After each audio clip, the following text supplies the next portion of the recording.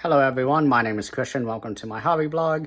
Today is going to be a very different video today. I wanted to do sort of what my good friend CultFlixFix24 is doing, which is to go through shelf by shelf and to sort of show what I have, sort of set a baseline for what my collection is for this year. And I am holding my phone like this because this is the only way for me to shoot this right now. But first I wanted to sort of explain my system. I've talked about my to be watched pile that is behind my computer, which is back there. And then I have one that is by my TV. And so I want to sort of explain that and then maybe go through my first bookshelf and sort of show what I have. So without further ado, let's get started. Okay, so this is sort of my behind the computer to be watched pile. What I do here is as I get stuff in the mail, I stack them up. And so you can sort of see all the different titles I have gotten. I have a lot, as you can see. I do plan on getting through them eventually. You can basically see this entire pile right here is Jess Franco, with a little bit of Toby Hooper here on the bottom. I have my Vinegar Syndrome partner label sale and the Dario Argento set to go through. I've already seen Four Flies on Grey Velvet, The 5 Days, and that's about it from this pile. And I, of course, have the Ju-On collection to go through. I've seen the first one on the 4K, and then I plan on going through that. But from here, basically, as I finish up piles out there, when I will show that in a second, I bring in another stack. So this next stack, when I'm ready, will include Ju-On and then this stack. And it moves on down. And then when I'm ready, after getting through about equal amounts of movies in these stacks, so about 10 to 15 releases, I will then put this up. And then I'll put this up after I've gone through that many, and so on and so forth. So hopefully that is a little bit more clear, but let's look at what is actually on the watch table. Okay, so your screen may look a little weird. I have my finger over it because I have my watch table right in front of me. And when I take my finger away, I will kind of go title by title, and you will realize why I haven't done a video in a while. It is because I have a lot of box sets. I have a lot of box sets to go through. Just to sort of show what I'm going through right now. I'm going through the Batman series. I'm going through the Gamera Showa era. And I also have the Doris Richmond Daylight Years box set I'm going through right now. So there are a lot of box sets that I have to go through. I first have the Werner Herzog Volume 1, which is upside down. I have the Candyman, which I'm still waiting to get Part 2 for, eventually one day if I see it on sale. I have Volume 2 of Herzog. I have Gamera. I have the Pioneers, First Women Filmmakers. I have Pioneers of African American Cinema. I have a couple indicator titles here. I have Scum and Corruption, which I've been saving for a good little video. And then I have the two Hammer sets that I have to go through, 4 films each, a lot of special features. I have Billy the Kid, I have Red Cliff, Raging Bull, Infernal Affairs, Heat, and then I have this fucking giant box set, All the Haunts Be Ours. So you can sort of see why I haven't been doing many videos lately. And I do apologize for that, but I hope you can understand now that you've seen my watch table. So usually what I do, I used to have it actually go all the way across the table. But now what I do is I keep it at the end. That way I can hit the remote. But also, it limits how many movies can fit on this. So I think once I finish the Herzog collection, Gamera, and then 2 of these titles, maybe another box set, I will bring in another stack from the other room. So this is sort of what I have to go through right now. As you can see, Gamera sets, none of these are open. I got Candyman from McKay's locally, so that's why that one's open. But for the most part, all of these are unopened. So this is sort of what my watch table is. Now let's go into probably the most exciting part of the video for y'all, which is going through my first shelf. Okay, so I actually had to turn the flash on because it's a little dark in this corner, but first thing I have on shelf 1 is the Alfred Hitchcock DVD Masterpiece Collection. I just went through that recently, I think last year. And let's move on to the top shelf, which is all my Arrow box sets and 88 films, so on and so forth.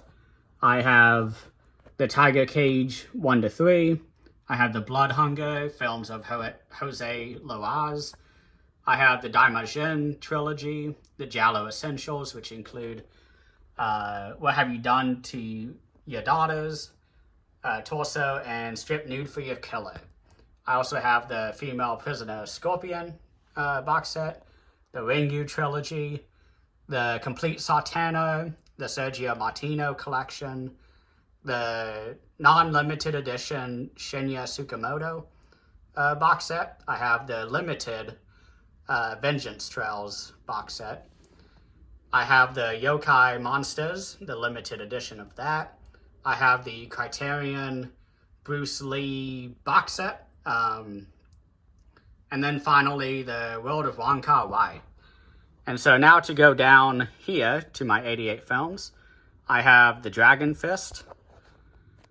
I have Dragon Lord, just to show the artwork. I have Dragons Forever, which I need to upgrade because right when I bought this, they released a pretty hefty limited edition of it. So, Erotic Ghost Story, which I guess I can't show, which is fine. Heart of Dragon, very good. Heroes Shed No Tears, John Woo. I have New Fist of Fury, which is sort of Jackie Chan's first foray into acting, and when he was being considered sort of the replacement for Bruce Lee. That's why it's New Fist of Fury. The Protector, which I'm going to have to upgrade to the what is that? Shout Factory. They just released or announced these massive box sets. Shaolin Wooden Men, which is very good. One of my favorites. Snake and the Eagle Shadow, kind of draft one of the Drunken Master movies. It's interesting to watch. I have Spiritual Kung Fu, which is one that I will always love. It's totally my jam. I think I've talked about it on the channel. To Kill with Intrigue, another Jackie Chan. And then we're getting into the slipcover Shaw Brothers films here. First one is Gestapo's Last Orgy, which I've done a review on. I think it's my most watched. I have Jackie Chan's The Killer Meteors, very good. I have The Young Master. I have no recollection of what happens in this movie. And then to go into my Shaw Brothers set, I usually would mix them in, but I'm keeping them separate. Chinese Boxer, Jimmy Wang Yu. Inframan, I've reviewed it on me and Cult Flix's, what's it called? Shaw Brothers Withering Watchpower episode. And then we have Disciples of Shaolin with Alexander Fusheng, who is highly unrated, and it is such a tragedy that he died before really reaching any age that, I don't know. It's sad he died young. Flag of Iron. I don't have any memories of this, but I remember really enjoying it. And then we have Hero. I'm going to switch hands here for a second. Hero, I did a review on this. Loved it. Human Lanterns, a Shaw Brothers horror film, which I actually really enjoyed. I think I have a review on that. And then Legendary Weapons of China. This one was very good. I apologize for all the dust. I am not somebody who does all that dust stuff. Monkey Kung Fu. I have no recollection of what happens in this movie at all. And then we have Shaolin Mantis. I believe this is another Alexander Fusheng, probably not. Next, I have Armor of God, which is very good. It's a Jackie Chan, lovely, lovely movie. He almost died. This is the closest he's ever been to death in his entire career. And then we have Riki-Oh, Story of Ricky. Everybody loves this film for good reason, although I will say something about that in a second. Then we have Robotrix, which is one that I think this was my first Region B release I ever got, and I loved it. I was very impressed by it. Category 3 Chinese exploitation films. Then we have what I prefer over Riki-Oh, The Seventh Curse, with Maggie Cheung, Chow Yun-fat, and not many other people I know. And then we're on to Arrow, which I kind of just stuck Arrow Academy, although it's non-existent anymore. One-Eyed Jacks, a very good restoration. Alice Sweet Alice, lovely, lovely slasher film. Audition, Takashi Miike, huge fan of his films. I have a lot of his, but I still need to get a lot more, because he has over 100 films he's done. So that is Audition. My arm is getting a little tired, so... Next one is Black Test Car, which is Yasuzo Masamura, a director I've been inching my way into to learn more about and get some sort of understanding of. Next one is a lovely, lovely, not Takashi Miike, oh my gosh, Meiko Kaji, Blind Woman's Curse, one of my favorites with her. And then we have a Thanksgiving horror film, Blood Rage. Then we have one of the best Frank Henenlotter films, Brain Damage. It's not my personal favorite, but they're all great. And then I have the very bare bones Cat o' Nine Tails. I have the original art standing out. Now I can finally rest my arms. So the next one is Cops and Thugs. I do flip it around to the original artwork. I think there's only like 2 of these where I did not flip them. So that is Cops and Thugs. Then we have probably one of the best George Romero films, The Crazies. I was just talking about this to somebody on a dating site and told her how much she needs to watch it. And then we have Creepshow 2. A non-George Romero, but heavy George Romero influence throughout. Pretty good. Everyone knows about that. And then we have one that I don't really ever see anybody talk about. It is Crimes of Passion with Kathleen Turner and Anthony Perkins, a Ken Russell film who everybody loves. And then we have a very important film that I really enjoyed by William Friedkin, Cruising. We have an amazing Japanese horror film, Dark Water. I highly recommend people go check out my review if they haven't seen it. Here's another Takashi Miike. I still haven't opened it because I actually borrowed this or saw it online somewhere many, many years ago, and I just haven't wanted to rewatch it. So eventually I will. Then we have Doberman Cop, Kenji Fukasaku. You have Don't Torture a Duckling, Lucio Fulci. Eaten Alive, Tobe Hooper. Giants and Toys, another Yasuzo Masamura film. This one is a personal favorite of mine by him, although I've only seen like 2 or 3 of his films. Then we have The Grand Duel. Pretty serviceable. Lee Van Cleef is great in everything he's in. He elevates it quite a bit. My personal favorite, maybe top 2, Takashi Miike films. The Happiness of the Katakuris. I'm not sure if I've even talked about this on the channel, but it is a perfect film. That's all I'll say. Then we have Teruo Ishii's Horrors of Malformed Men. All his movies are very, very good. Borderline great. I have a great review all about another film of his, which I'll talk about soon, that I recommend everyone to watch.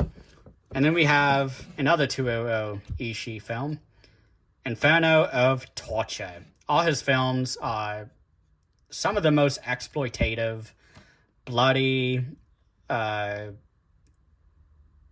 don't even know, depraved. All of those adjectives are relevant to this film. And it's some of the first exploitation films from Japan. So that's very cool. And then we have JSA, a Park Chan-wook film called JSA.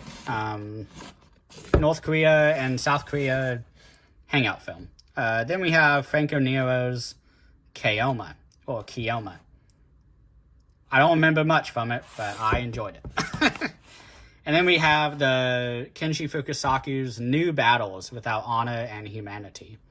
Comes with all 3 films. I didn't realize this was actually a new set of Battles Without Honor. I need to get the original. And then we have the Cabal cut of Nightbreed. Very good. I enjoyed it far more than the theatrical. And then we have Orgies of Edo, which I can't show for too long, but it is very good. There's the back. And then we have Pieces. It's exactly what you think it is. And then we have a film that I really came back to loving. I did not like this kind of proto-Giallo film for many years. I almost sold it. And then during a Withering Watchpower episode, we talked about Giallo films. And I was like, well, let's watch kind of one of the first. And I rewatched it, read the booklet. Oh my gosh. Blown away. I love it. Then we have Hideo Nakata's... Kiyoshi Kurosawa. Messed up the director's names. But this is Pulse. Lovely, lovely J-horror film. Then we have one I haven't seen in a very long time. Rage of Honor. Probably one of my first arrows I ever got. But my first arrow I ever got, which I've talked about a million times on the channel, Reanimator. Wins the 4K limited edition. And then we have a very good Japanese film here called Red Angel. I believe that is Yasuzo Masamura. So I've seen 3 of his movies now, just based off the counts here. Then we have RoboCop. I don't need to say too much about it. Everyone loves it for good reason. Then we have George A. Romero's second film, I believe, maybe third, Season of the Witch. I think I've done a review on this. I need to do maybe a new one, because it's been a very long time. But it's not his best, but it's kind of in the middle. Me and Will actually did a video ranking all of George Romero's films, and sort of went through and talked about why we love all his films equally, almost. And then we have, what's it called?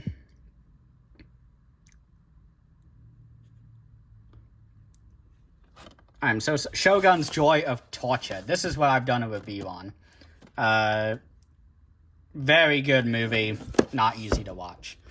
Then we have the Sister Street Fighter collection, which I need to rewatch, because I saw them many years ago, and I bought this set, watched the first movie, and said, nah, I don't want to rewatch them right now. So I put it on the shelf. Then we have Society. Hope there's a 4K coming. I would double dip. Then we have the non-limited edition of Stray Cat Rock, Meiko Kaji, 5 films, maybe 6. Then we have Kenshi Fukasaku's Street Mobster, which I can't remember specifics, but all his crime films are very, very good. And then we have Takashi Miike's Terraformars.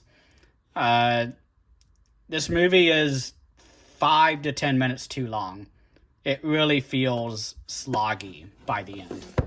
And then we have one of George Romero's films, very serviceable. I don't really care for it personally. There's Always Vanilla.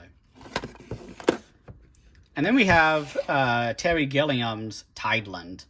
Very hard movie to watch. I don't know how else to describe it, but I doubt I will ever do a review on this unless I talk about Terry Gilliam's filmography and ranking. And then we have a very good David Lynchian film, which I need to find the title of because I suck. To sleep so as to dream. I don't know what else to say about it. It's amazing. Now, I've done a review on this. Is it Yasuzo again? Koji Shima's Warning from Space. Japan's very first sci-fi film. At least on whatever it's called. In color. So next we have the final few non-slipcover, non-limited editions arrows. I have Willie Dynamite here. Very good blaxploitation film. I do need to fix the case on this. The person who gave me this for my birthday, I think back in 2017, I just got lazy. She handed me it and was like, hey, it's broken, I can get a new one. I said, no, I want it now. And I've yet to replace it still. And then we have, I think, Kenji Fukusaki, Teruo Ishii. This is his crime film, Yakuza Law. I loved this movie. And then we have the slipcovers. 8 Diagram Pole Fighter, the original slipcover, I believe. Terry Gilliam's 12 Monkeys, the Blu-ray, not the 4K. Basket Case, I need to get the slipcover for Brain Damage because it's just as awesome and just feels great in the hand. Takashi Miike's Black Society trilogy. Some of his first films are on here, and I believe Shinjuku Triad Society is his first film. And then we have Come Drink With Me, which is one of the first sort of what became the films of Shaw Brothers. This is sort of the first one that was dabbling in what they were going to do and perfected in the later films. And then we have the Addams Family's film, The Deeper You Dig. We need Hellbender. That's one of my favorite films of last year. And then we have the I don't know if this is Shaw Brothers, but this is Jimmy Wang Yu, I believe, as the one-armed boxer. And then we have Sailor Suit and Machine Gun, which is a very good movie. I recommend everybody to watch this one. And then we have Mario Bava's Shock, a very well-designed slipcover. I reviewed this on one of the Withering Watchpower episodes. I would recommend to check that out. And then we have Sleep, which is a very amazing German horror film, I guess. Spooky ghost story. I'm not sure what to call it, but I loved it. And then we have one that really blew me away recently. It's a J-horror film called The Snake Girl and the Silver-Haired Witch. Very good. I think I did a review on it, maybe. And then we have Versus, a Rue Kitamura film. One I just did not care for, but I need to rewatch it and go through the special features because I might sell this. I'm not sure. And then we have a very cheesy, fun action film, White Fire. A lovely Japanese zombie horror comedy flick, Zombie for Sale. I remember when this came out by Arrow and I scrambled to get it. And then I have the limited editions here, which I think everybody wants to see most. This is the An American Werewolf in London Blu-ray limited edition. I got this from Cult Flicks Fix a couple months ago on a trade, and I have not regretted it. It's a really great movie, barring my feelings about John Landis. And then we have Dario Argento's Deep Red, the 4K limited edition. And then we have Django, also on 4K limited edition. Donnie Darko, which I think is the, most beautiful slip cover or slip box, hard box I own. And then we have Dune on Blu-ray. I thought that was dust on my computer, or on the front. David Lynch should have had Final Cut. I think it would have been much better. And then we have Beyond, or Enter the Void. I still don't know what to think about this one, but I love Alejandro Jodorowsky. Next one is Graveyards Without Honor, which has both the Kenji Fukusaki film and the Takashi Miike film. I think I enjoyed the Takashi Miike one more, if I remember right. And then we have The Hills Have Eyes, Wes Craven. I'll back up a little bit. And another one. The Last House on the Left. One of my first Arrow limited editions I ever got. Got it for like 10 to 15 bucks. Had no idea that it was actually worth like 40 to 60 when I bought it originally. And then we have Legend, which is one that I haven't even thought about since I watched it when I got this release. And then we have one of the best films of all time, Tremors. Absolutely in love with this film. I do need to clean up the dust the longer I do this. Next we have the Blue Underground and then the Criterion section. So first I have City of the Living Dead by Lucio Fulci. I don't know if I'll upgrade to the Cauldron one. It's looking very likely though. And then we have Dead and Buried, which I enjoyed. And then we have, oh my god, I did not mean to do that. And then we have Dario Argento's Inferno, which just got a new 4K restoration. So I'm just gonna sit down. Then we have William Lustig's Maniac. I wish they packaged it with a Blu-ray so I could watch it more. Then we have The New York Ripper, which has the film on 4K and Blu-ray. So some films they get the rights to, but some they don't. Then we have Lucio Fulci's, one of his best, Zombie. Very, very good. Then we have kind of this massive thicky boy, The Final Countdown with Kirk Douglas, Martin Sheen, and James Ferrantino. Don't know who James is, but everyone else, very good in this film. Looks very good on 4K. Then we have this sort of Frankenstein edition that I made. I accidentally got the 4K and the Blu-ray kind of limited editions. So I took the 4K discs of the movies and put them in here and took the soundtrack out and put in all the put in another Blu-ray of the film. So it's not the best, but I'm never going to get rid of it, so no one will know. Then we have George Romero's and Dario Argento's Two Evil Eyes. Lovely, lovely movie. Then we have the one Code Red film I have, which is a Lucio Fulci, Conquest. Now on to the Criterions. Alfred Hitchcock's The 39 Steps. Kan Ichikawa's An Actor's Revenge. Lovely Japanese film. Then we have Spike Jonze's Being John Malkovich. I don't think I've talked about this on the channel, but it's one of my favorites in the collection. Then we have Beyond the Hills, a film by Christian Mungiu. I think that's how you say it. Apologies if not, Christian. This is an amazing, amazing film. I was baffled that they were releasing this because I thought nobody else had known about this movie. It's a 2012 film. I saw it in 2016.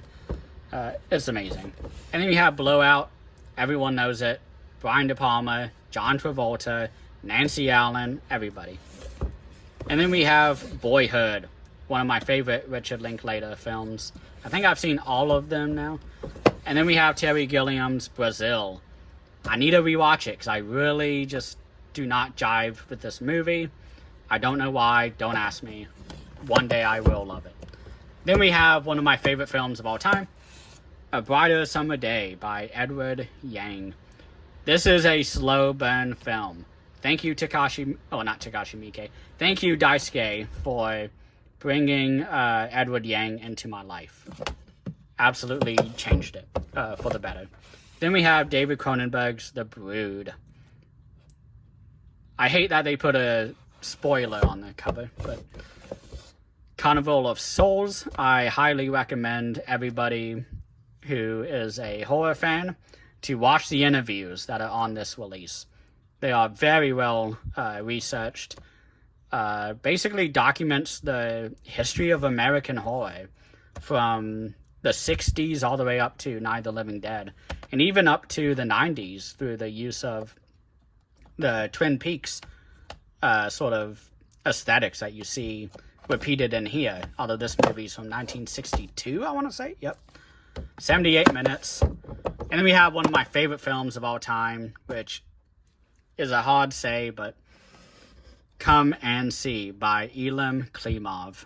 This is a Soviet film that is so anti-war, anti-fascist, anti-everything, and I love it. I absolutely love this film.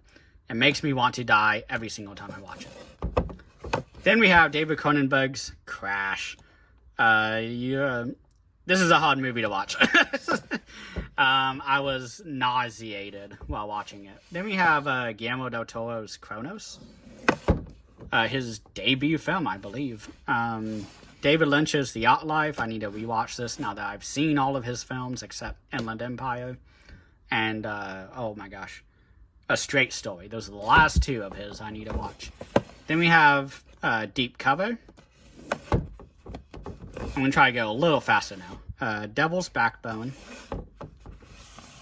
Dreams. Oh my god, love his films. Kurosawa. Another Terry Gilliam film, Fear and Loathing in Las Vegas. Then we have Funny Games. I wish they packaged it with the remake, which is also made by Michael Haneke. Oh my gosh, everyone who's a thriller fan should watch it. And then we have Terry Swigoff's Ghost World. Thank you, Will, for suggesting this film to me way back in the day. I think in one of my first semesters of school. Good Morning from Yasujiro Ozu, one of the best Japanese directors who I know next to nothing about, because this is the only movie I've seen by him. And I love it, but I just haven't taken the dip into the rest of his films.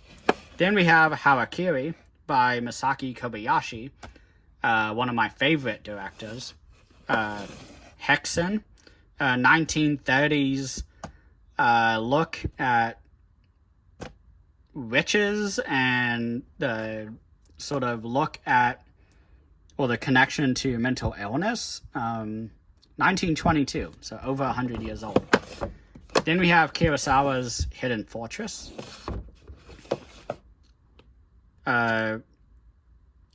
Nobuhiko Obayashi, I believe his... Yeah, Nobuhiko Obayashi's House. I want to make sure I had that right. Masaki Kobayashi's The Human Condition. Lovely. 12-hour or 10-hour film. Kurosawa's Ikiru. Just rewatched it recently and loved it just as much as the last time. Inside Llewyn Davis. Coen Brothers film. Then we have Kurosawa's Kagemusha. Very good. And then we have, now that I can rest my arm, we have The Killing by, what's his name? Stanley Kubrick. Apologies. Kirineko by Kaneto Shindo. Very great film there. And then another Masaki Kobayashi film, Kwaidan. I enjoyed it. Not so much on my rewatch, but still very good. We have Lady Snowblood Collection, Life of Oharu, which is a very good movie. Bong Joon-ho's Memories of Murder. John Waters' Multiple Maniacs, very good. Another Kaneto Shindo film, The Naked Island. There's a great interview on this release with Benicio del Toro. He talks about meeting Kaneto Shindo and sort of all the just lovely stories he has talking with him. I don't know. Then we have David Cronenberg's Naked Lunch. Then we have a Nazi-exploitation film from Criterion, which was a shock to me. The Night Porter. It's pretty good. Not Guillermo del Toro. Bong Joon-ho's Okja, which I really enjoyed. Special features are immaculate on that one. I meant to do a video on it, but I just never got the motivation, so I apologize. One Night in Miami, a very great one-setting film. Then we have Onibaba, a movie I need to rewatch, actually, because I loved it so much. Then we have Pan's Labyrinth. Guillermo del Toro is a gem. Passion of Joan of Arc. Paths of Glory, another Stanley Kubrick film. My personal favorite, well, my number 2. One day I'll do a video on his films. Michael Haneke's Piano Teacher. Rashomon by Akira Kurosawa. Very good. One of my first Criterions I ever got. The Red Shoes. Fassbender and somebody else. Michael Powell and Fassbender. Then we have Stanley Kwan's Rouge. Throne of Blood, another Kurosawa film. Rosemary's Baby. Secret Sunshine, a very underrated South Korean drama. Shaft. Solaris, a Andrei Tarkovsky film, a very good one at that. Another Andrei Tarkovsky film, Stalker. Sword of Doom, Toshiro Mifune and Tatsuya Nakadai. Amazing film. Tampopo, one of my favorite films of all time. Thief with Michael Kahn, directed by Michael Mann. The Thin Red Line. Throwdown by Johnny To. The Worst Person in the World, a very funny but also bleak film. Another amazing Edward Yang film, Yi Yi. Very good. And finally for today, Yoshinbo by Akira Kurosawa. Okay, so that is it for today. I hope you guys really enjoyed looking at my collection, at least the first bookshelf. There are quite a lot of films here just alone, but this next one will have many, many more. Thank you all for watching, and please have a great rest of the night.